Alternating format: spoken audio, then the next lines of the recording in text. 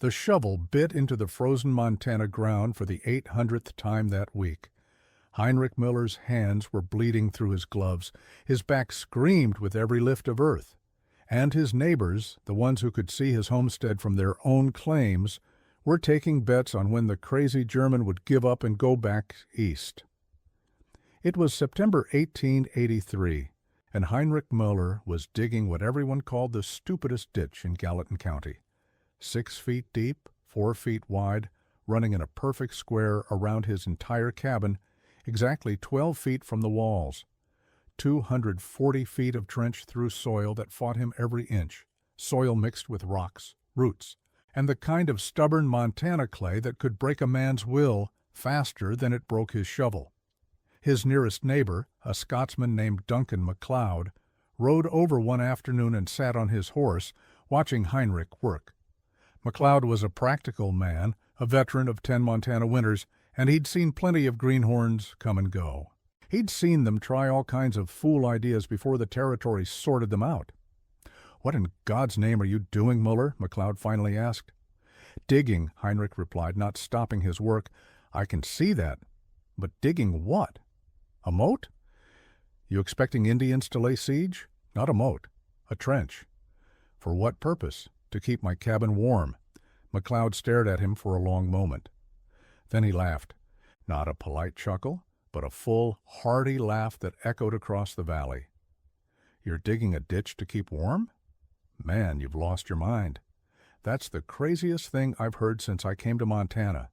You want to stay warm? You pile firewood. You build thick walls. You don't dig holes in the ground." Heinrich straightened up, wiped the sweat from his forehead despite the autumn chill, and looked MacLeod in the eye. In the old country, we knew things about cold, about earth, about how warmth works, you'll see. MacLeod shook his head and rode off. By evening, the story had spread to every homestead within 10 miles. That German fellow was digging a trench around his cabin, thought it would keep him warm, crazy as a loon, wasting his time when he should be cutting firewood and preparing for winter. Probably wouldn't last till Christmas. But Heinrich Mueller had not lost his mind. He'd spent the first 32 years of his life in Bavaria, in the Alpine valleys where winter was a 6-month sentence, and people had learned over centuries how to survive it. He'd worked as a stonemason's apprentice, building everything from houses to breweries to root cellars, dug deep into hillsides, and he'd learned something that these American frontiersmen, for all their courage and determination, had never considered. The earth itself was a blanket, and if you knew how to use it, it would keep you warmer than any amount of firewood ever could. Heinrich had arrived in Montana Territory in the spring of 1883. He'd worked for 2 years in the copper mines of Butte, saving every penny, learning English, and listening to the miners talk about the brutal winters. Winters where the temperature dropped to 40 below zero and stayed there for weeks. Winters where men burned through entire forests worth of firewood and still woke to ice on the inside of their cabin walls. Winters that killed the unprepared, the unlucky, and the foolish. When he filed his homestead claim that spring, Heinrich had already decided he would not fight winter the way everyone else did. He would not try to heat his cabin by burning more wood. He would build a cabin that held heat naturally, that worked with the earth instead of against it, and the key to everything was that trench. The principle was simple, though explaining it to his neighbors proved impossible. The earth, once you got below the frost line, maintained a relatively constant temperature year-round. In Montana, about 6 feet down, the soil stayed at roughly 45 to 50 degrees Fahrenheit, even when the surface was frozen solid and the air temperature was 30 below zero. This was the Earth's natural temperature, insulated by the massive soil above it from both summer heat and winter cold. Heinrich's plan was to tap into that stable temperature and use it as a thermal buffer for his cabin. The trench, once dug, would be filled with a specific combination of materials that would create an insulated barrier between his cabin and the frozen ground surface. This barrier would prevent the deep cold of winter from conducting into the space around his cabin's foundation, while also storing some of the Earth's natural warmth. But explaining this to Duncan MacLeod or any of his other neighbors was like trying to explain music to a deaf man. They saw a man digging a hole. They couldn't see the thermal dynamics, the heat transfer, the way earth and air and moisture work together. So they laughed, and Heinrich kept digging. The trench took him 6 weeks to complete, 6 weeks of brutal labor, working from dawn until dark, stopping only when his hands were too torn to grip the shovel or when darkness made it impossible to see. He dug through clay that stuck to his shovel like glue. He dug through layers of rocks that had to be pried out individually. He dug through soil so hard it felt like chipping at stone. Several times he hit his old shovel so hard against rocks that the handle cracked, and he had to ride 20 miles to the nearest town to buy a replacement. His neighbors continued their mockery. Some rode by just to watch him work and shake their heads. Others made jokes about the crazy German and his moat at the general store in town. A few well-meaning folks tried to talk sense into him, explaining that he was wasting valuable time that should be spent on winter preparations. But Heinrich had made his calculations. He knew exactly what he needed to do, and he knew he had just enough time to do it before the first major snow. By late October, the trench was complete. 240 linear feet of ditch, 6 feet deep, 4 feet wide, running in a perfect square, 12 feet from his cabin walls. The amount of earth he'd moved was staggering. Over 300 cubic yards of soil, all moved by hand, one shovelful at a time. The pile of excavated earth sat in a massive mound, 50 feet from his cabin, waiting for the next phase of his plan. Now came the part that would seem even more insane to his neighbors. Heinrich began filling the trench, but not with dirt. Not yet. First, he lined the entire bottom of the trench with a layer of large rocks, stones he'd collected from the creek beds and hillsides of his property. These stones, each one 6 to 10 inches in diameter, created a drainage layer at the bottom of the trench. This was critical. Any water that seeped into the trench needed to drain away quickly. Standing water would freeze in winter, conduct cold, and destroy everything he was trying to accomplish. The rock layer was 1 foot deep, running the entire length of the trench. It took him another week to gather and place all those stones. His neighbors, seeing him now filling his hard-dug trench with rocks, were convinced he'd gone completely mad. Duncan MacLeod rode by again, this time with 2 other settlers, and they watched Heinrich work for half an hour without saying a word. Finally, MacLeod spoke. "Mueller, I've tried to give you the benefit of the doubt, but I have to ask, what in the name of all that's holy are you doing? You dug a trench, and now you're filling it with rocks. This makes no sense whatsoever." Heinrich straightened up, his back aching. He'd learned that trying to explain the full concept was futile, but he could offer pieces of it. The rocks let water drain. Wet ground is cold ground. Dry ground holds warmth better. MacLeod looked at the other 2 men, then back at Heinrich. "You could have just built your cabin on higher ground if drainage was your concern. This is different. The trench is not for drainage. The drainage is for the trench. That makes no sense." "It will," Heinrich said quietly. "Come back in February. You'll understand then." The 3 men rode away, and Heinrich heard them talking as they left. That German's not going to make it through winter. He's wasted all his time on this fool project. Probably doesn't even have enough firewood cut. Shame, really. Seemed like a decent fellow, but Heinrich did have firewood. He'd been cutting and stacking it every evening after his trench work was done, and every morning before the sun was high enough to see clearly into the trench. He'd worked 14 and 16-hour days through the late summer and autumn, and he'd accumulated 12 cords of wood, neatly stacked and covered. It wasn't the 20 or 30 cords his neighbors were putting up, but it was enough for his plan, because if his calculations were correct, he wouldn't need nearly as much wood as they did. After the rock drainage layer was in place, Heinrich began the second layer. This was sawdust, massive amounts of sawdust. He'd arranged with a sawmill 30 miles away to purchase their waste sawdust, and over the course of 2 weeks he made 6 trips with a borrowed wagon, hauling back load after load of dry sawdust. His neighbors thought this was further proof of his insanity, paying money for sawdust, for waste that most mills gave away or burned just to dump it in a ditch.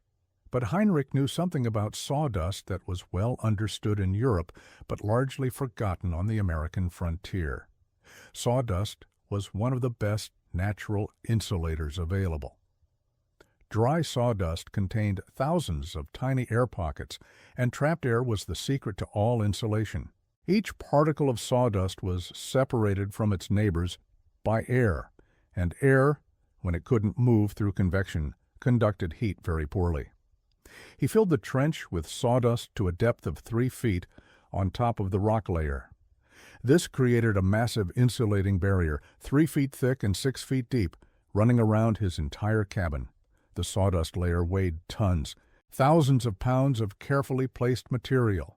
Heinrich packed it down firmly, but not too tightly. He needed it dense enough to be stable, but loose enough that the air pockets remained. Then came the final layer. Heinrich began filling the top 2 feet of the trench with the earth he'd excavated, the soil that had been piled nearby for weeks. But he didn't just dump it in. He layered it carefully, mixing in dry grass, more sawdust, and even some of the smaller rocks. He was creating a transition layer between the insulated sawdust below and the surface above, a layer that would prevent water from soaking down into the sawdust while still maintaining some insulating properties. The entire filling process took 3 weeks. By mid-November, the trench was full, mounded slightly above ground level to allow for settling. From a distance, it looked like Heinrich had built a low earthen wall around his cabin, a berm that rose about a foot above the surrounding ground. It looked strange, certainly. It looked like a tremendous amount of work for very little result.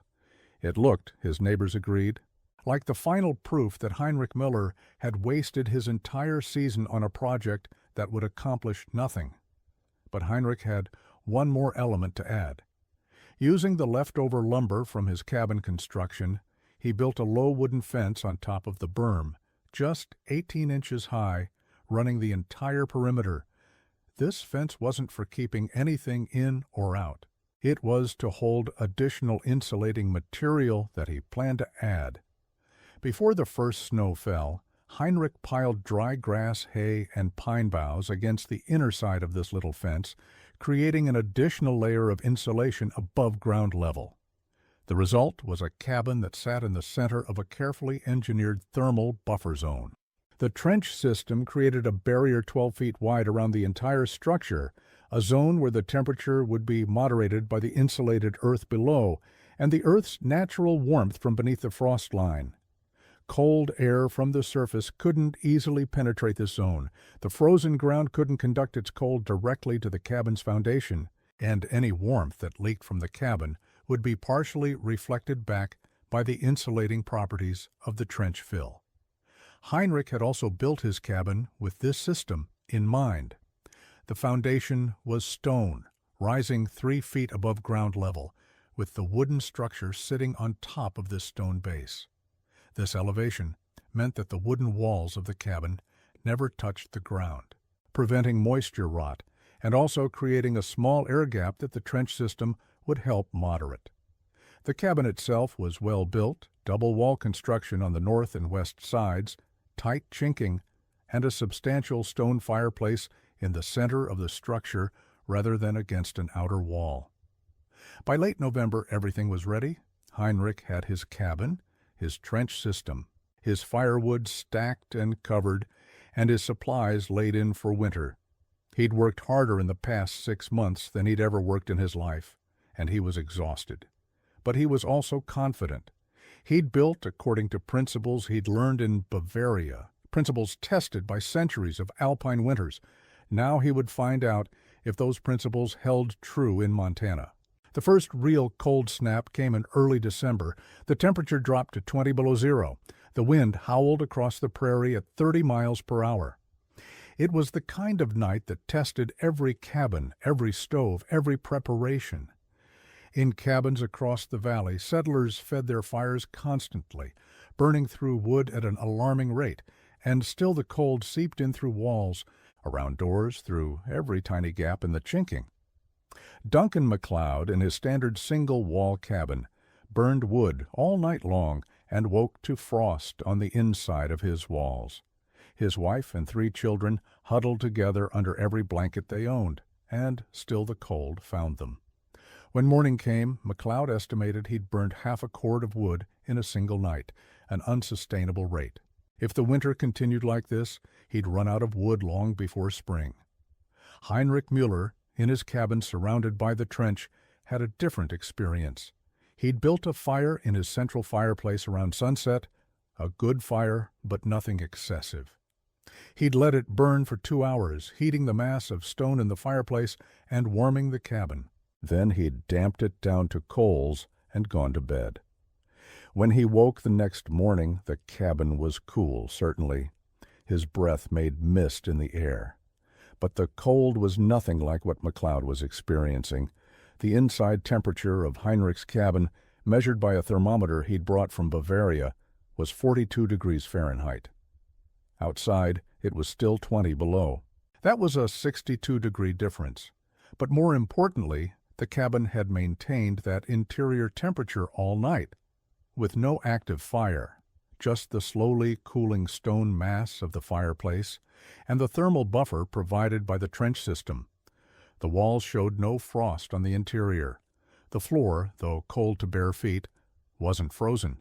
And when Heinrich rebuilt his fire after breakfast, the cabin warmed to comfortable temperatures within 30 minutes. Heinrich did the calculation in his head.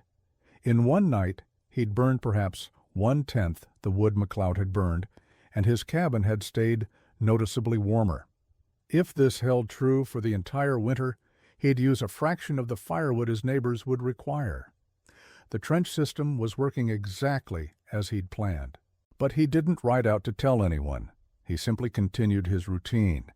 He maintained his small fires, kept the stone mass of his fireplace warm, and stayed comfortable.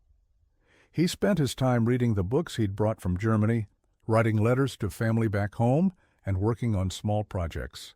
He was not cold. He was not desperate.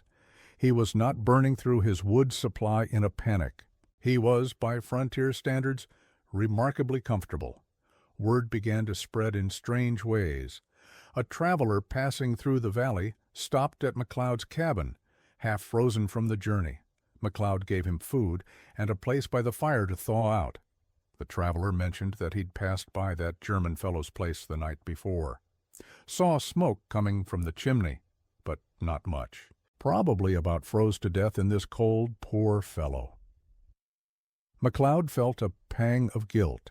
He'd been harsh in his judgment of Heinrich's trench project, and now he worried the man might actually be in trouble. The next morning, as soon as the temperature rose enough to make travel possible, MacLeod rode over to Heinrich's cabin. He was prepared to offer help, perhaps bring the German back to his own place until Heinrich could get his situation sorted out. But when he arrived, he found Heinrich splitting wood in his shirt sleeves, not a heavy coat. A wool shirt with the sleeves rolled up, in 30-degree weather, after a night that had dropped to 20 below. MacLeod stared. "Mueller, you all right?" Heinrich looked up, smiling slightly. "Good morning." "Duncan." "Yes, I am fine. How are you?" "How am I?" MacLeod almost laughed at the absurdity of the question. "I'm about frozen solid, that's how I am. Burned half my wood supply in the last week trying to keep my family from turning into ice. And you're out here in your shirt sleeves splitting wood like it's springtime. What's going on?" Heinrich set down his axe. "Come inside, I'll show you." MacLeod dismounted and followed Heinrich into the cabin. The moment he stepped through the door, he felt it. Warmth. Real warmth. Not the desperate temporary heat of a fire being fed constantly, but a deep, steady warmth that seemed to come from everywhere at once. The walls, the floor, even the air itself felt warmer than it had any right to feel. There was a fire in the stone fireplace, but it was small, more coals than flames. Yet the cabin was warmer than McLeod's cabin had been, with a roaring fire going all night. McLeod walked around the interior, touching the walls, feeling the floor, trying to understand what he was experiencing. Heinrich, watching him, finally spoke. The trench. McLeod turned to face him. "That ditch you dug, that's doing this?" Heinrich nodded. The earth below the frost line stays at about 45 to 50 degrees all winter. The trench, with its insulation, creates a barrier. The cold from the surface cannot reach my foundation easily. The warmth from below, small as it is, cannot escape. My cabin sits in a zone where the temperature is moderated. I am not fighting the full force of winter. I am living in a space that is already warmer than the air outside. McLeod sat down heavily on a bench. 27 degrees. What? That's the difference. I'd guess. Outside is maybe 30 degrees right now after that cold night. In here it's, what, 55? 60? About 58, Heinrich confirmed, gesturing to his thermometer hanging on the wall. So your cabin is 27, 28 degrees warmer than the outside, and you're burning maybe 1/10 the wood I am. McLeod shook his head slowly. I called you crazy. Everyone called you crazy, I know. But you weren't crazy. You were the only sane one among us. We're all out there burning forests to stay alive. And you dug a ditch, and you're comfortable. McLeod laughed. But it wasn't the mocking laugh from September. It was the laugh of a man realizing he'd been a fool. Heinrich, I owe you an apology. A big one. No apology needed. You didn't know. Most people here don't know. In the old country, some people knew these things. But the knowledge doesn't travel well. It sounds like madness until you see it work. How deep is that trench? 6 feet deep at the bottom. 12 feet wide total, measured from the cabin wall to the outer edge. And what's in it? Rocks at the bottom for drainage. Then 3 feet of sawdust for insulation. Then earth mixed with more sawdust and grass on top. The sawdust is the key. It traps air. Air doesn't conduct cold well. The earth's warmth from deep below stays near my cabin. The winter cold from above cannot penetrate easily. McLeod nodded slowly, absorbing this information. The gears in his mind were turning. He was thinking about his own cabin, his dwindling wood supply, the long months of winter still ahead. Could I do this? Is it too late for this year? Heinrich considered the question carefully. To do it properly, you need to dig before the ground freezes hard. We're past that point now. The ground is frozen too, maybe 3 feet deep already. You'd need explosives or a crew of men with picks, and even then it would be brutal work. But next year, yes. Start in summer, dig through autumn. By next winter, you could have this too. If you enjoyed learning about this forgotten wisdom, make sure to subscribe to our channel for more incredible stories about survival techniques and building methods that changed history. We bring you the knowledge that time forgot every single week. McLeod rode back to his homestead in a daze. That evening, he told his wife what he'd seen. She didn't believe him at first. A ditch, making a cabin warm? It sounded impossible. But McLeod was a changed man. He'd felt that warmth. He'd seen Heinrich comfortable while everyone else was desperate. And he'd made a decision. Next summer, he would dig his own trench. The word spread through the valley slowly at first. McLeod told a few neighbors. They were skeptical, as he had been. But then another cold snap came. This one even worse than the first. 5 days where the temperature never rose above zero, with nights dropping to 35 below. Across the valley, families burned through their wood supplies at terrifying rates. Some cabins ran out of firewood entirely and had to burn furniture, fence posts, anything that would generate heat. Heinrich Mueller, in his cabin surrounded by the trench, remained comfortable. He burned perhaps a cord and a half of wood during that 5-day cold snap, keeping small fires going to maintain the stone mass temperature and provide warmth for cooking. His neighbors, in comparable-sized cabins, burned 5, 6, even 7 cords during the same period. One by one they came to see for themselves. They knocked on Heinrich's door, expecting to find a desperate man barely surviving. Instead, they found a comfortable cabin, steady warmth, and a German immigrant who welcomed them in and patiently explained over and over again how the trench system worked. He showed them his simple diagrams, drawn on paper, illustrating the layers of the trench and how heat moved through different materials. He explained conduction, radiation, and the Earth's constant temperature below the frost line. He answered every question, no matter how basic or skeptical. Some understood immediately, others took longer.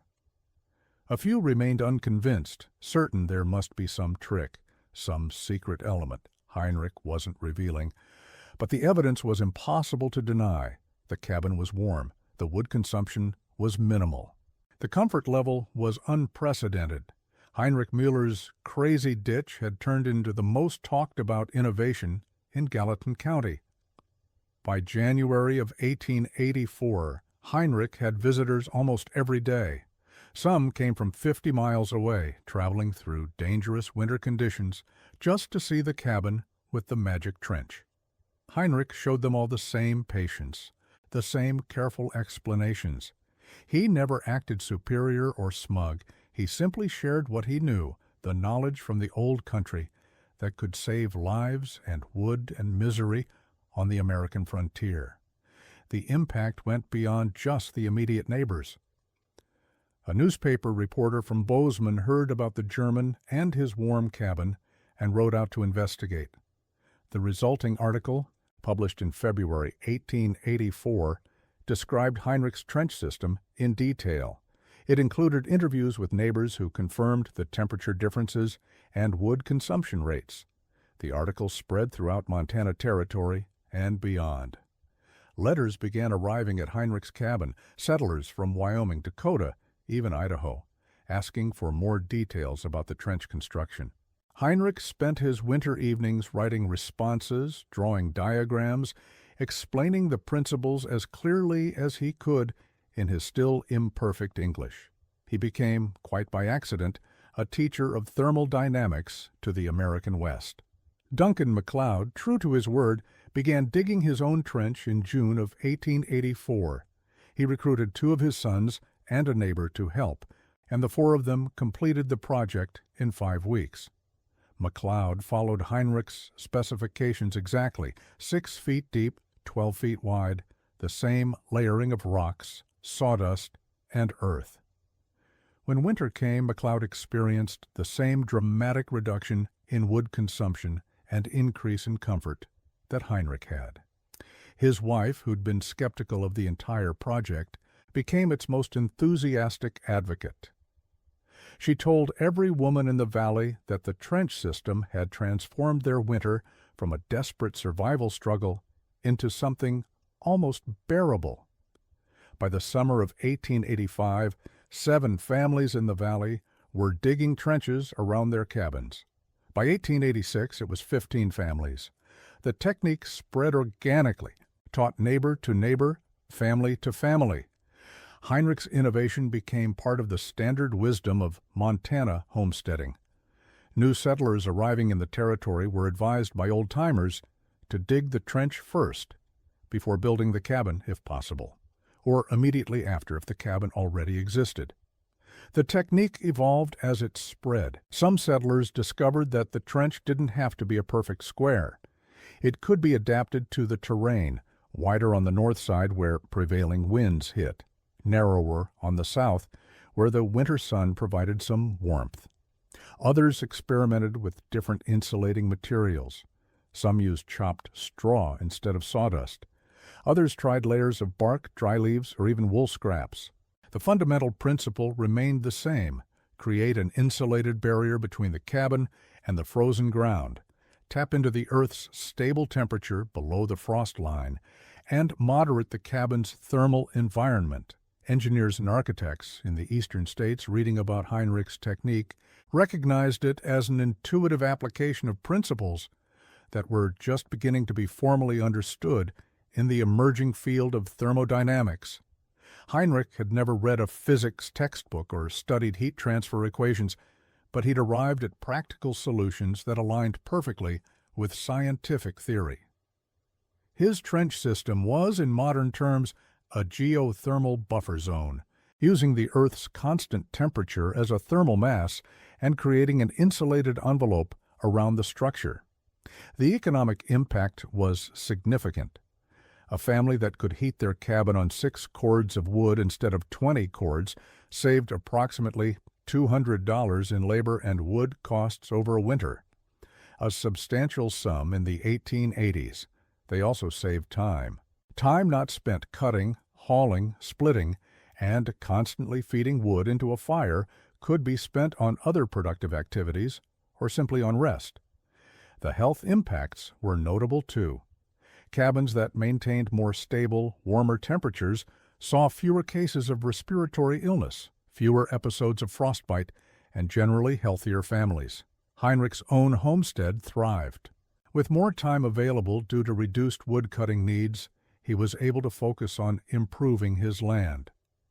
He broke more acres for farming, built a substantial barn, and established a productive vegetable garden.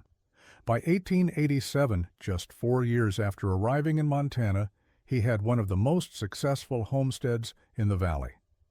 He married in 1888 a widow named Emma, who'd lost her husband to the brutal winter of 83-84. Emma had 3 children from her first marriage, and she and Heinrich had 2 more together. The cabin, with its trench system, comfortably housed the family of 7. The trench technique also influenced other aspects of frontier building. Settlers began thinking more carefully about the relationship between structures and the earth. Root cellars were dug deeper and insulated better, using the same principles Heinrich had demonstrated. Barns were sometimes partially bermed with earth on the north side to protect livestock from winter winds. Even the placement of buildings on homesteads changed, with more attention paid to natural shelter and earth-based thermal buffering. Not everyone adopted the technique, of course. Some settlers, arriving in the territory with preconceived notions about proper building methods, dismissed it as unnecessary or too labor-intensive. Others simply couldn't afford the time investment required. Digging 240 feet of 6-foot deep trench was a massive undertaking, requiring weeks of hard labor. For settlers who were already barely scraping by, who were racing against time to meet homestead requirements and establish crops, the trench system seemed like a luxury they couldn't afford. But those who did invest the time and effort universally reported dramatic results. The temperature differential was consistent.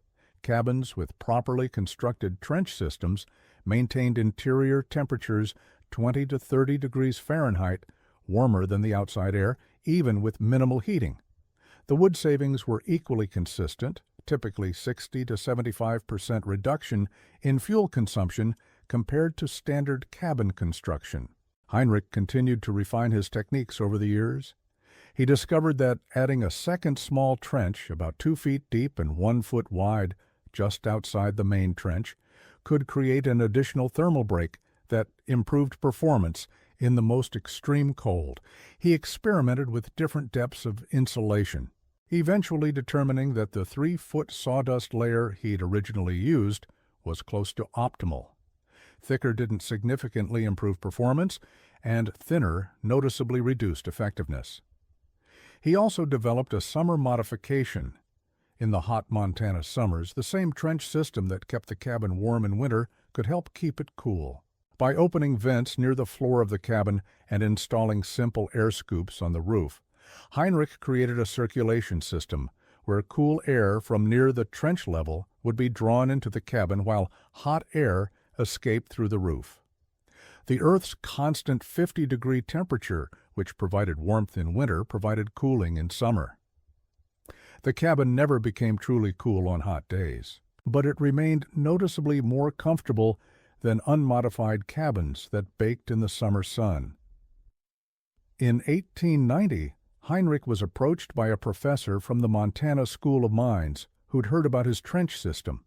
The professor, a man named Dr. William Thornton, was interested in practical applications of thermodynamics and wanted to conduct a formal study. Heinrich agreed, and Dr.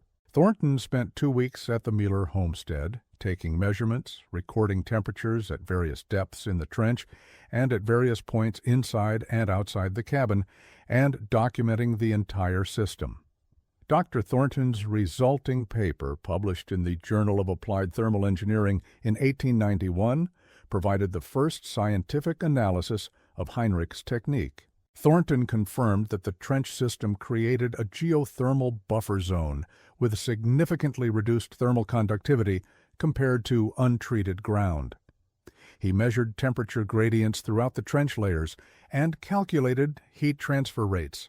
His conclusion was that Heinrich Mueller, through practical experimentation and application of traditional knowledge, had developed one of the most effective passive heating systems available for frontier construction. The paper brought Heinrich a degree of fame that he found uncomfortable. He received letters from architects, invitations to speak at conferences, even an offer from a building supply company to manufacture and market a prepackaged trench system based on his design. Heinrich declined most of these opportunities. He was a farmer and homesteader, not a businessman or public speaker. He was content to share his knowledge freely with anyone who asked, but he had no interest in commercializing it or becoming known as an expert. But the knowledge continued to spread. By the mid-1890s, variations of the trench system were being used throughout the northern territories and states. Settlers in North Dakota, Wyoming, Idaho, and even parts of Canada were digging trenches around their cabins. The technique was adapted to local conditions and materials. In areas where sawdust was unavailable, builders used whatever insulating materials they could find. The principle remained constant: create a thermal buffer between the building and the frozen earth. The advent of better construction materials and central heating systems in the early 20th century gradually reduced the use of trench systems. As homes became more sophisticated, with proper foundations, insulation, and furnaces, the labor-intensive trench seemed less necessary. By the 1920s, few new homes were being built with trenches, though many existing trenched cabins remained in use for decades. Heinrich Mueller lived until 1923, dying at the age of 72. His obituary in the Bozeman Chronicle mentioned his trench system and credited him with improving winter survival rates for homesteaders throughout Montana Territory. His original cabin, with its surrounding trench still intact, stood until 1948, when it was finally demolished to make way for a modern house. But before demolition, a local historical society documented the structure in detail, taking measurements and photographs. If this story inspired you to learn more about forgotten building techniques and frontier wisdom, hit that subscribe button now. We have dozens more stories like this one, and we post new content every week. Don't miss out on this incredible knowledge from the past. Those photographs and measurements preserved in the Montana Historical Society archives show that Heinrich's trench system had remained functional for 65 years. The sawdust, protected from moisture by the drainage layer and the earth cap, was still dry and intact. The structure of the trench, carefully engineered in 1883, had required almost no maintenance over more than 6 decades. It was a testament to the soundness of Heinrich's design and his understanding of how materials behave over time. Modern architects and engineers, particularly those interested in sustainable building and passive heating systems, have rediscovered Heinrich Mueller's work. In the 1970s and 80s, during the energy crisis and the rise of environmental awareness, researchers studying earth-sheltered housing found Heinrich's trench system documented in old journals and archives. They recognized it as an early example of what modern engineers call a thermal buffer zone, or a frost-protected shallow foundation. Contemporary applications of Heinrich's principle can be found in various modern building techniques. Insulated foundation systems, earth berming, and geothermal heating all utilize the same basic concept that Heinrich understood intuitively. The earth below the frost line maintains a relatively constant temperature, and that temperature can be used to moderate a building's thermal environment. Modern materials and engineering allow for more sophisticated implementations, but the fundamental principle remains unchanged. The story of Heinrich Mueller and his ridiculed trench has become part of Montana folklore. It's taught in some state history classes as an example of immigrant innovation and the importance of traditional knowledge. It appears in books about frontier building techniques and sustainable architecture. It's referenced in discussions about passive heating and thermal mass. But beyond the technical details and historical significance, Heinrich's story teaches a more fundamental lesson. When everyone tells you you're wrong, when your approach contradicts conventional wisdom, when people mock your methods and predict your failure, you might still be right. Heinrich Mueller was willing to trust his own knowledge and experience over the opinions of his neighbors. He was willing to do the hard work that others considered pointless. He was willing to look foolish in the short term for the sake of long-term success. The settlers who laughed at Heinrich in September 1883 were not stupid or malicious. They were following the accepted practices of their time and place. They were doing what everyone did, what everyone knew worked. The problem was that what everyone knew was incomplete. There were better ways, but those ways seemed strange, labor-intensive, and unlikely to succeed. Heinrich's willingness to pursue those better ways, despite universal mockery, made all the difference. In the end, Heinrich's neighbors stopped laughing. They stopped laughing when they visited his warm cabin on a night when their own families were huddled together, burning furniture because the firewood had run out. They stopped laughing when they calculated how much wood he saved, how much labor he avoided, how much more comfortable his life was. They stopped laughing when they started digging their own trenches, following the example of the man they'd called crazy. The Montana winter was exactly as harsh in 1884 as it had been in 1883. But for the families who'd learned from Heinrich Mueller, who'd set aside their pride and their preconceptions to dig trenches around their own cabins, that winter was survivable, more than survivable. It was, for the first time, somewhat comfortable. The cold was still there, the wind still howled, the snow still fell. But inside those trenched cabins, families stayed warm with a fraction of the effort and fuel. 27 degrees. That was the difference Heinrich's trench made. 27 degrees Fahrenheit warmer inside than outside, achieved not through burning more wood, not through thicker walls or better chinking alone, but through understanding how the earth itself could be used as an ally against the cold. 27 degrees was the difference between desperation and comfort, between constantly feeding fires and sleeping through the night, between winter as an enemy to be fought and winter as a season to be managed. Duncan MacLeod, who'd been one of Heinrich's harshest critics, became one of his strongest advocates. In the winter of 1885, MacLeod's trenched cabin performed exactly as Heinrich had predicted. MacLeod wrote letters to friends and family back in Scotland describing the technique in detail. Some of those letters found their way to Scottish agricultural journals where they influenced building practices in the Highland regions. The knowledge that Heinrich brought from Bavaria, tested in Montana, eventually made its way across the Atlantic to improve lives in yet another cold climate. This cross-pollination of traditional knowledge and practical innovation characterized the best of frontier life. People from diverse backgrounds, bringing different experiences and expertise, solving problems through experimentation and shared learning. Heinrich's trench system wasn't purely German or purely American.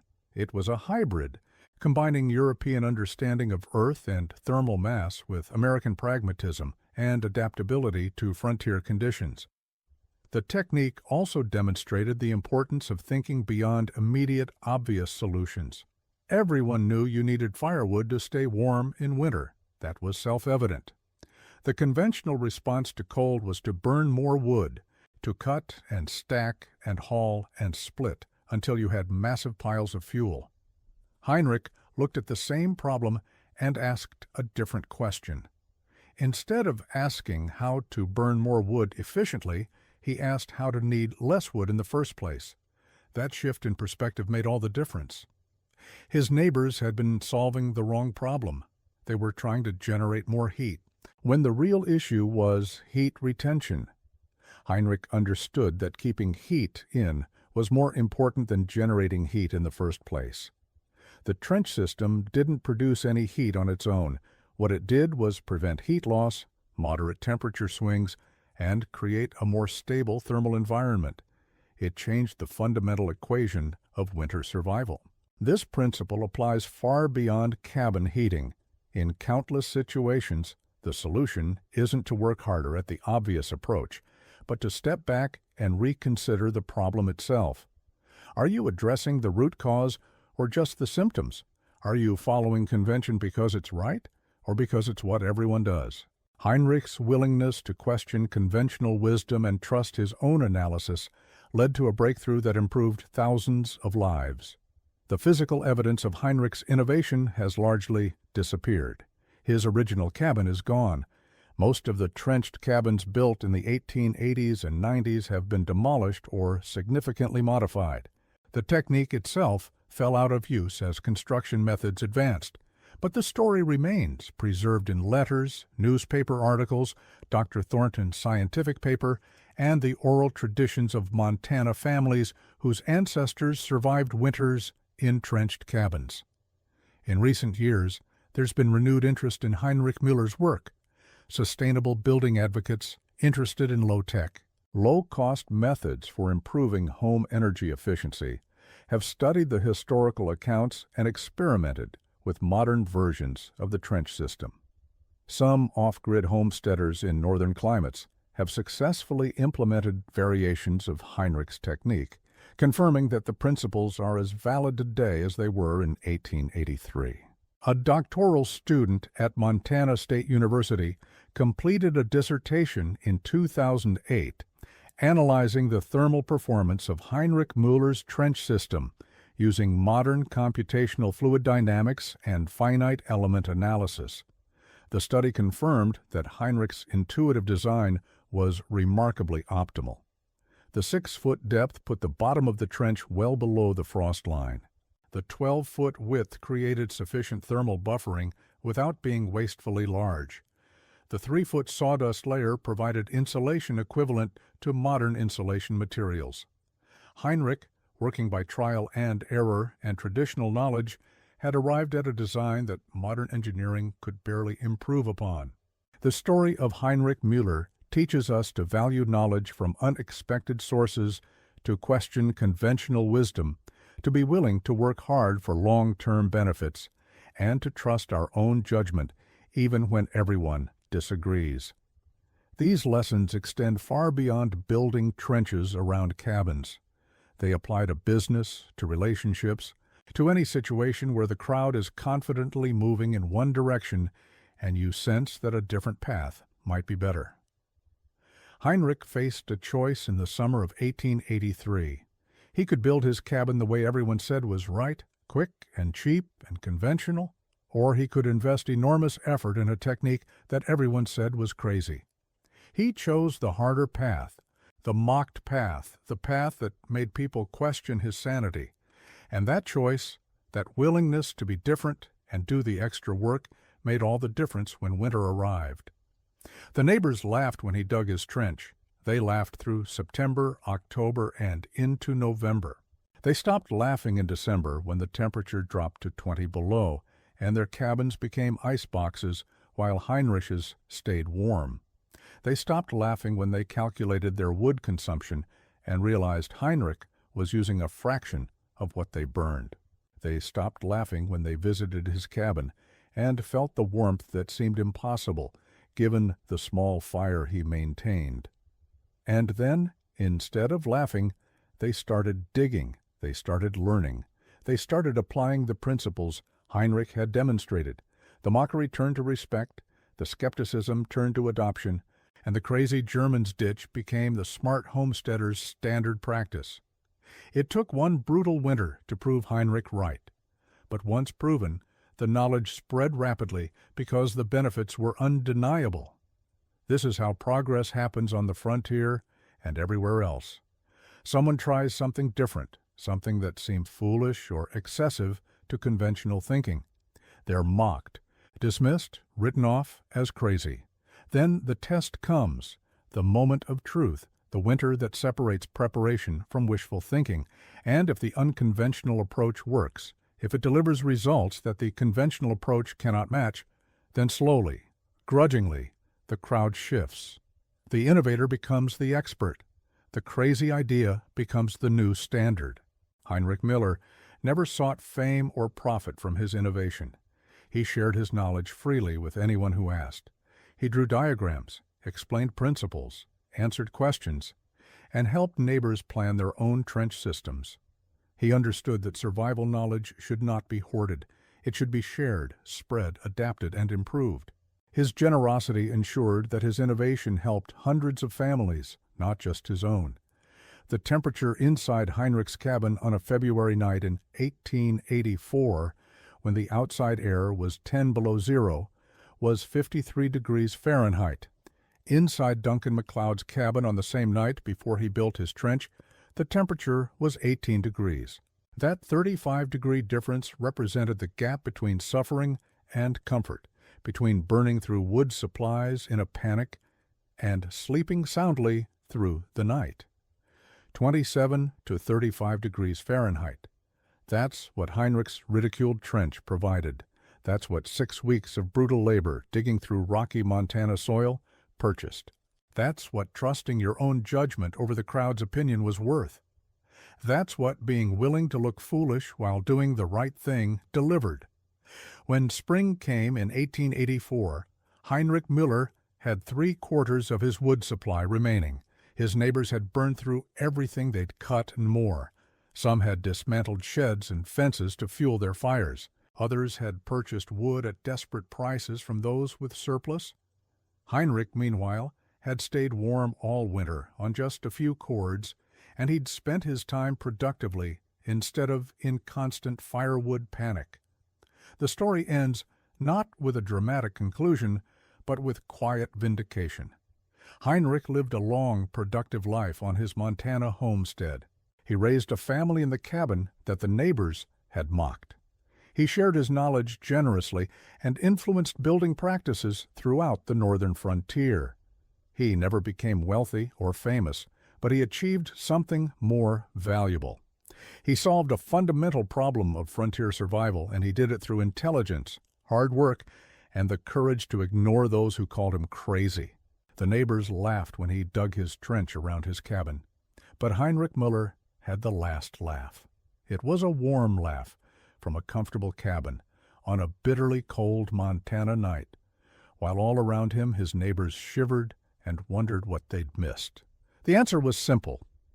They'd missed understanding that sometimes the crowd is wrong, that conventional wisdom isn't always wise, and that a man with a shovel and a plan can accomplish what seems impossible. The trench made his home 27 degrees warmer, but more than that, it proved that innovation often looks like madness until it works. And once it works, once the results are undeniable, the mockery stops and the learning begins. Heinrich Mueller's legacy isn't just a building technique.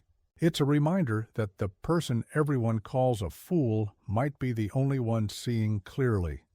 And when winter comes, when the test arrives, when preparation meets reality, that clarity makes all the difference between survival and catastrophe.